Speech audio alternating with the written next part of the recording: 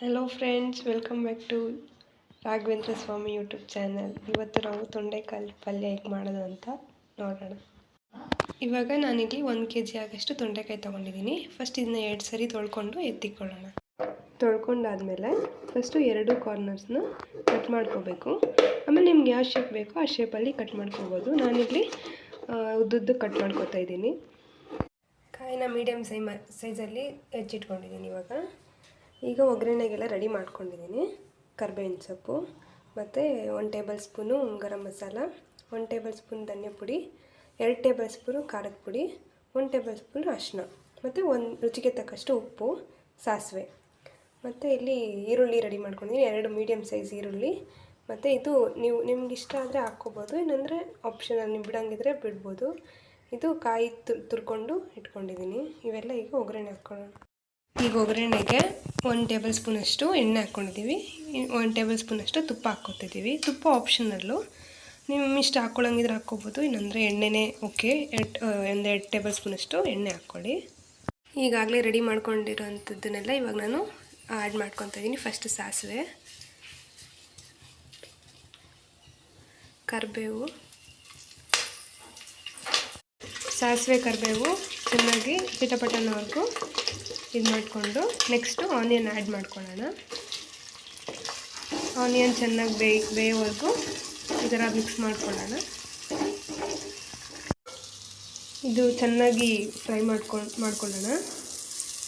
ಇಲ್ಲಿ ಯಾವುದು ನಾವು ರುಬ್ಬೋ ಅಂಥ ಇಂಗ್ರೀಡಿಯೆಂಟ್ಸ್ ಹಾಕ್ತಿಲ್ಲ, ಯಾಕಂದರೆ ನಮ್ಗೆ ಇವಾಗ ಅರ್ಜೆಂಟ್ ಇರೋದ್ರಿಂದ ಒಂದು 5 ನಿಮಿಷ ಮಾಡೋ ಅಂಥದ್ದನ್ನು ಇವಾಗ ನಾವು ಮಾಡ್ಕೊತಾ ಇದ್ದೀವಿ. ನಿಮಗೆ ರುಬ್ಬಿ ಹಾಕ್ಕೊಳ್ಳೋ ಅಂಥದ್ದು ಬೇಕಾದರೆ ಕಮೆಂಟ್ ಮಾಡಿ. ಈಗ ಆನಿಯನ್ ಬೆಂದಿದೆ.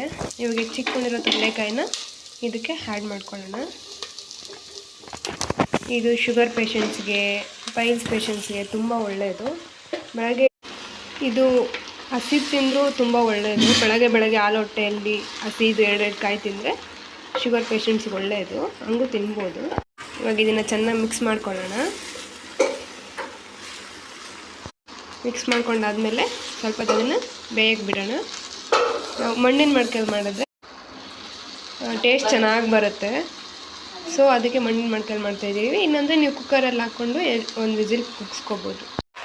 ಇವಾಗ 1/2 ಲೋಟ ನೀರು ತೊಗೊಂಡಿದ್ದೀನಿ. ಕುಕ್ಕರಲ್ಲಿ ಮಾಡಿದ್ರು ಮುಂಚೆನೇ 1/2 ಲೋಟ ನೀರು ಹಾಕ್ಬಿಟ್ಟು ಕುಕ್ಕರ್ ಕ್ಲೋಸ್ ಮಾಡಿ 1 ವಿಸಿಲ್ ಕುಗ್ಸ್ಬೋದು. ಇವಾಗ ಎಲ್ಲ ಮಸಾಲೆಗಳನ್ನ ಆ್ಯಡ್ ಮಾಡ್ಕೊತಾ ಇದ್ದೀನಿ. ಮತ್ತು ಖಾರದ ಪುಡಿ, ರುಚಿಗೆ ತಕ್ಕಷ್ಟು ಉಪ್ಪು ಎಲ್ಲ ನೀಟಾಗಿ ಆ್ಯಡ್ ಮಾಡ್ಕೊತಾ ಇದ್ದೀನಿ.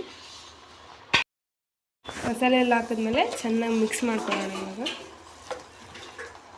ನೀಟಾಗಿ ಮಿಕ್ಸ್ ಮಾಡಿಕೊಂಡು ಸ್ವಲ್ಪ ಅದನ್ನು ಒಂದು 5 ನಿಮಿಷ ಬೇಯಕ್ಕೆ ಬಿಡಬೇಕು. ಕುಕ್ಕರಲ್ಲಿ ಮಾಡಿದ್ರೆ ಏನು ಪ್ರಾಬ್ಲಮ್ ಇಲ್ಲ, 1 ವಿಸಿಲ್ ಕುಗ್ಗಿದ ತಕ್ಷಣ ಆಗೋಗುತ್ತೆ. ಇವಾಗ ಇದನ್ನು ಕ್ಲೋಸ್ ಮಾಡಿ ಒಂದು 5 ನಿಮಿಷ ಬೇಯಕ್ಕೆ ಬಿಡೋಣ. ಒಂದು 5 ನಿಮಿಷ ಬೆಂದಾದಮೇಲೆ ನೆಕ್ಸ್ಟ್ ಕಾಯಿ ತುರಿ ಹಾಕ್ಕೊಳ್ಳೋಣ. ಕಾಯಿ ತುರಿನ ಇದಕ್ಕೆ ಆ್ಯಡ್ ಮಾಡ್ಕೋಬೇಕು. ಕಾಯಿ ತುರಿನ 1 ಕಪ್ಪಷ್ಟು ಹಾಕ್ಕೋಬೇಕು. ಹಾಕ್ಕೊಂಡು ಚೆನ್ನಾಗಿ ಮಿಕ್ಸ್ ಮಾಡಬೇಕು. ಈಗ ಚೆನ್ನಾಗಿ ಮಿಕ್ಸ್ ಮಾಡ್ಕೊಳ್ಳೋ.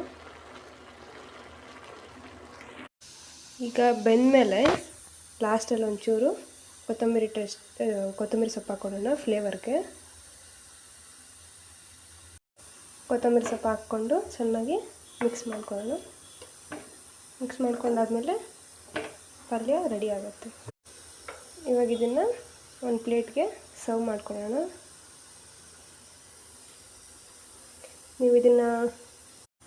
ನಾನಿದನ್ನು ಇದ್ರ ಜೊತೆಗೆ ಚಪಾತಿ ಮಾಡ್ಕೊಂಡಿದ್ದೀನಿ. ನೀವು ಬೇಕಿದ್ದರೆ ರೈಸ್ ಮಾಡಿಕೊಂಡು ಪಲ್ಯ ಥರ ಇದು ಮಾಡ್ಕೋಬೋದು, ದೋಸೆಗೆ ಮಾಡ್ಕೋಬೋದು. ಒಟ್ಟಿನಲ್ಲಿ ಬೆಳಗ್ಗೆ ಎದ್ದ ತಕ್ಷಣ ತಿಂದರೆ ಒಳ್ಳೆಯದು. ಅಕ್ಕಿ ರೊಟ್ಟಿಗಂತೂ ತುಂಬ ಚೆನ್ನಾಗಿರುತ್ತೆ.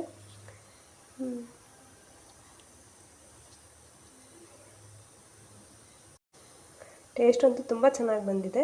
ನೀವು ಇದನ್ನ ಟ್ರೈ ಮಾಡಿ, ಹೆಂಗಿದೆ ಅಂತ ಕಮೆಂಟ್ ಮಾಡಿ. ಇನ್ನೂ ಜಾಸ್ತಿ ಇದೇ ಥರ ಅಡುಗೆ ವೀಡಿಯೋಸ್ಗೆ ನನ್ನ ಯೂಟ್ಯೂಬ್ ಚಾನಲ್ನ ಸಬ್ಸ್ಕ್ರೈಬ್ ಮಾಡ್ಕೊಳ್ಳಿ.